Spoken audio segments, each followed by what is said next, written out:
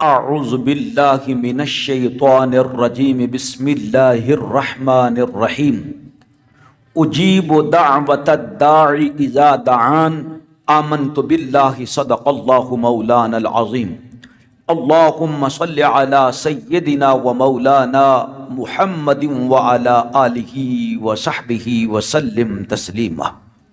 نماز جنازہ کے بعد دعا کرنا۔ حالیہ گزشتہ ایام میں مولانا طارق جمیل صاحب جو دیوبندیوں کے معروف عالم ہیں، ان کے بیٹے عاصم کا انتقال ہو گیا۔ انہوں نے 5-6 کام اکٹھے کر دیے تو علماء دیوبند کے 3 گروہ ہو گئے۔ کچھ نے تو ان کو صاف صاف بدعتی حرام کام کا ارتکاب کرنے والا، دیوبندیت سے اس کا کوئی تعلق نہیں ہے، یہ گمراہ ہے، یہ فتووں سے نوازا۔ اور بعضوں نے ڈھیٹ ہو کر شرمندگی اختیار کر کے خاموشی اختیار کی۔ ان سے پوچھا بھی گیا کہ جناب آپ کی کیا رائے ہے، تو وہ کہتے ہیں کہ نیک کام کرو، قیامت والے دن ان باتوں کے بارے میں آپ لوگوں سے سوال ہونا ہے۔ اور کچھ ایسے ہیں کہ جنہوں نے پنجابی میں کہا جاتا ہے نا جی، گونگلواں اتے اتوں مٹی چاڑی ہے، حق ادا نہیں کیتا، یعنی جو اہل سنت کے بارے میں کہتے ہیں، شرک کا، کفر کا، بدعت کا فتویٰ لگاتے ہیں، تقریباً وہ نہیں لگایا گیا۔ اب مولانا صاحب نے اپنا ایک وضاحتی بیان دیا تو عطا اللہ بندیالوی صاحب، جنہیں دیوبندی علماء بھی یزیدی عالم کہتے ہیں، ان نے جناب آڑے ہاتھوں لیا اور اچھی خاصی کلاس لگائی۔ میں نے پہلے وعدہ کیا تھا کہ انشاءاللہ تعالی میں ان تمام امور پر، ان کاموں پر سیر حاصل گفتگو کروں گا، لیکن چونکہ بات کافی لمبی ہو جاتی ہے، اس لیے میں نے کہا کہ سب سے پہلا سٹیپ جو ہے وہ یہ ہے کہ ایک پارٹ تیار کیا جائے، نماز جنازہ پڑھنے کے بعد دعا کرنا، اور یہی آپ کا سوال ہے۔ اللہ قرآن میں ارشاد فرماتا ہے کہ اجیب دعوت الداعی اذا دعان، جب بھی، یہ اذا جو ہے یہ ظرف ہے، کسی وقت کی قید نہیں ہے کہ کوئی اللہ کا بندہ اللہ کو پکارے، اس سے دعا کرے، کوئی تخصیص نہیں اور کوئی تقیید نہیں۔ اس وقت اللہ سے دعا کرو، اس وقت اللہ سے دعا نہ کرو، بلکہ حضور سید عالم صلی اللہ علیہ وسلم نے تو ارشاد فرمایا ہے کہ الدعاء هو العبادہ، دعا کرنا یہ اللہ کی عبادت ہے۔ تو جو اللہ کی عبادت ہے وہ شرک کیسے ہو گیا، وہ بدعت کیسے ہو گیا، وہ حرام کیسے ہو گیا؟ اور ایک حدیث میں ہے کہ رسول اللہ صلی اللہ علیہ وسلم نے ارشاد فرمایا الدعاء مخ العبادہ، جو عبادت کی اصل ہے یا عبادت کا نچوڑ ہے، فرمایا کہ وہ دعا ہے۔ صحابہ اکرام نے عرض کیا یا رسول اللہ کون سی دعا ہے؟ ای الدعاء اسما، جو سب سے زیادہ قبول ہوتی ہے اللہ کی بارگاہ میں، وہ کون سی دعا ہے؟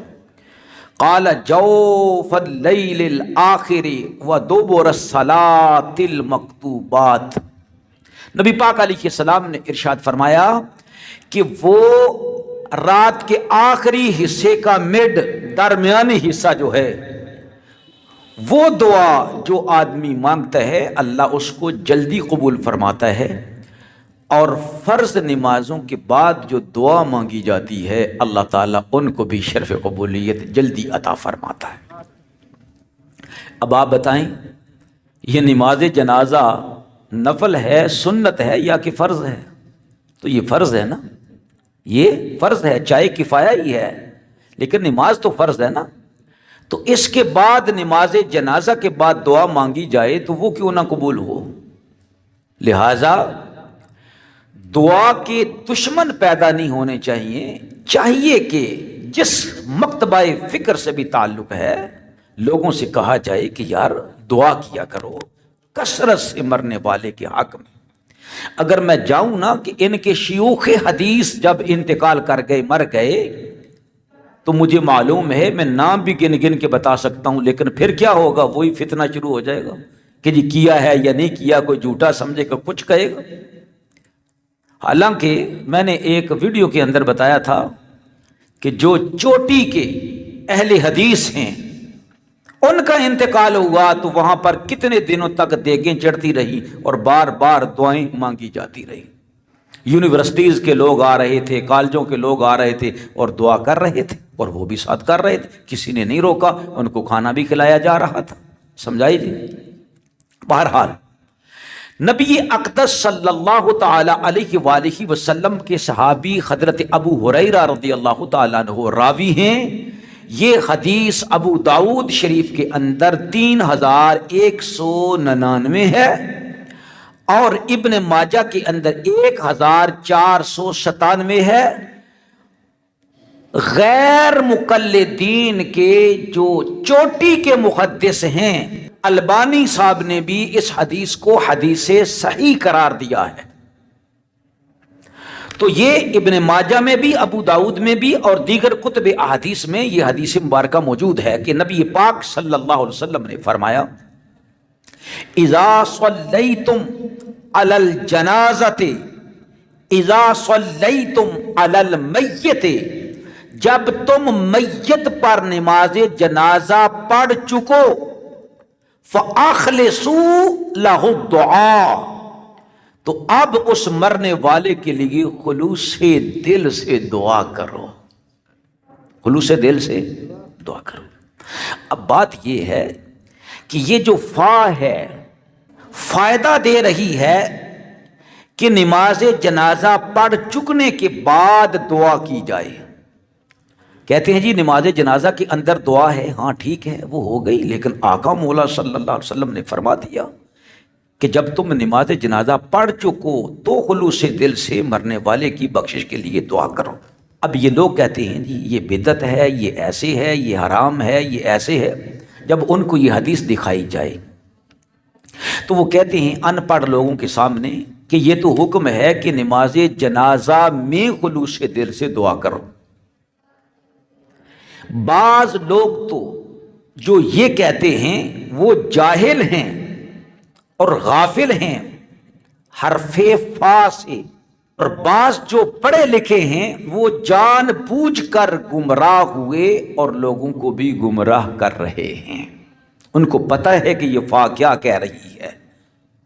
پھر دوسری بات یہ کہ جو پہلا حصہ ہے اس کا اذا صلیتم، تو صلیتم تو یہ ماضی کا فعل ہے، صیغہ جمع مذکر حاضر، جب تم نماز ادا کر چکو۔ اور جو دوسرا حصہ ہے اخلصو، یہ فعل ماضی نہیں، یہ تو فعل امر ہے، یہ فعل امر ہے۔ لہذا پہلا فعل ماضی، دوسرا فعل امر، ان میں تغیر ضروری ہے۔ پہلا حصہ پھر جو ماضی والا ہے نا اذا صلیتم، وہ بن رہی ہے شرط، اور اخلصو کہ تم خلوص دل سے دعا کرو یہ بن رہی ہے جزا۔ تو شرط اور جزا میں تغیر ضروری ہے، یہ نہیں کہ جو جزا ہے اس کو بھی شرط میں لے آؤ۔ شرط ہے نماز جنازہ پڑھنا، تو نماز جنازہ میں جزا کیسے آ گئی؟ نماز جنازہ میں دعا نہیں آ سکتی۔ یہ دعا جو رسول اللہ صلی اللہ علیہ وسلم نے فرمایا ہے کہ نماز جنازہ پڑھ چکنے کے بعد دعا کرو۔ لہذا بڑے جاہل ہیں وہ لوگ جو یہ کہتے ہیں کہ جزا شرط میں ہے، نعوذ باللہ۔ حضور علیہ الصلوۃ والسلام کی حدیث کے ترجمے کو بدلتی ہے، اور ترجمے کیے ہیں لوگوں نے حدیثوں میں. اسی لیے تو ان پڑھ جو جاہل ہے نا، مرزا جیل میں جیسے، وہ کہتے ہیں دیکھیں جی یہ حدیث میں ہے، کیونکہ انہوں نے جو ترجمہ پڑھنا ہے انہوں نے کہا کہ جی ایسے ہی ہے. اب مرزے کو کیا پتا ہے، کیا خبر ہے ان گرامر کے اصولوں کی، شرط کیا ہوتی ہے، جزا کیا ہوتی ہے، ماضی کیا ہے اور امر کیا ہے. پہلا حصہ ماضی میں ہے، دوسرا امر میں ہے. صاف ترجمہ یہی بنے گا کہ جب تم فارغ ہو جاؤ نماز جنازہ پڑھ کے تو تب تم اس مرنے والے کے لیے خلوص دل سے دعا کرو، خلوص دل سے دعا کرو. دوسری بات کہ اگر یہ کہتے ہیں ان پڑھ لوگوں کو کہ نہیں جی نماز جنازہ میں ہی حکم ہے دعا مانگنے کا، تو ہم کہیں گے کہ اللہ قرآن میں ارشاد فرماتا ہے، میرے کریم حبیب صلی اللہ علیہ وسلم کے صحابہ جب میرے حبیب صلی اللہ علیہ وسلم تمہیں دعوت پر بلائیں، کھانے پر بلائیں، فَإِذَا طَعِمْتُمْ فَانْتَشِرُوا، جب کھانا کھا چکو تو منتشر ہو جاؤ. کیا ہو جاؤ؟ منتشر ہو جاؤ. اب دیکھیں ملائیں ذرا، اذا صلیتم اور نیچے آیا فَإِذَا طَعِمْتُمْ، سمجھا رہی ہے؟ آگے کیا آیا؟ فَأَخْلِصُوا لَهُ الدُّعَاء، اور یہاں پر کیا ہے؟ فَانْتَشِرُوا. تو دونوں میں پہلے جو فعل ہیں یہ ماضی کے ہیں، دوسرے فعل امر کے ہیں. پہلی جو ہے وہ شرطیں بن رہی ہیں اور بعد میں جو ہیں وہ جزائیں بن رہی ہیں. کوئی بیوقوف ہوگا جو قرآن کا مفہوم اور ترجمہ یوں بتائے گا کہ تم کھانا کھانے کے دوران ہی منتشر ہو جاؤ. استغفر اللہ. کیا ہوگا کہ پہلے کھانا کھا لو پھر تم منتشر ہو جاؤ. اسی طرح ارشاد فرمایا کہ جب تم نماز جنازہ پڑھ چکو اب جزا کیا ہے کہ خلوص دل سے مرنے والے کے لیے دعا کرو. لہذا نہ یہ حرام ہے نہ بدعت ہے، بلکہ یہ رسول اللہ صلی اللہ علیہ وآلہ وسلم کی سنت مبارکہ ہے. فتح القدیر میں آتا ہے کہ نبی پاک صلی اللہ علیہ وآلہ وسلم منبر پر تشریف لائے جب جنگ موتا ہو رہی تھی. چند صحابہ اور لاکھوں کی تعداد میں اہل روم موتا کے مقام پر. حضرت جعفر رضی اللہ تعالیٰ عنہ نبی پاک علیہ السلام کے چچا زاد بھائی، وہ بھی وفات پا گئے، شہید ہو گئے، اور سرکار کے دوسرے 2 صحابی بھی شہید ہو گئے، زید بن حارثہ اور عبداللہ بن رواحہ رضی اللہ تعالیٰ عنہ. تو حدیث میں آیا کہ نبی پاک علیہ السلام منبر پر آئے، سرکار نے کومنٹری فرمائی، جنگ کے حالات لوگوں کے سامنے بیان فرمائے. پھر نبی پاک علیہ السلام نے صلی علیہ ودعا لہو، حضرت جعفر رضی اللہ تعالی عنہ پر نماز جنازہ پڑھائی غائبانہ، اور پھر رسول اللہ صلی اللہ علیہ وسلم نے ان کے لیے دعا فرمائی. اور نبی پاک علیہ السلام نے فرمایا استغفروا لہو، تم بھی میرے بھائی جعفر طیار کے لیے استغفار بخشش کی دعا کرو. اسی طرح دوسرے دونوں صحابہ کے لیے بھی.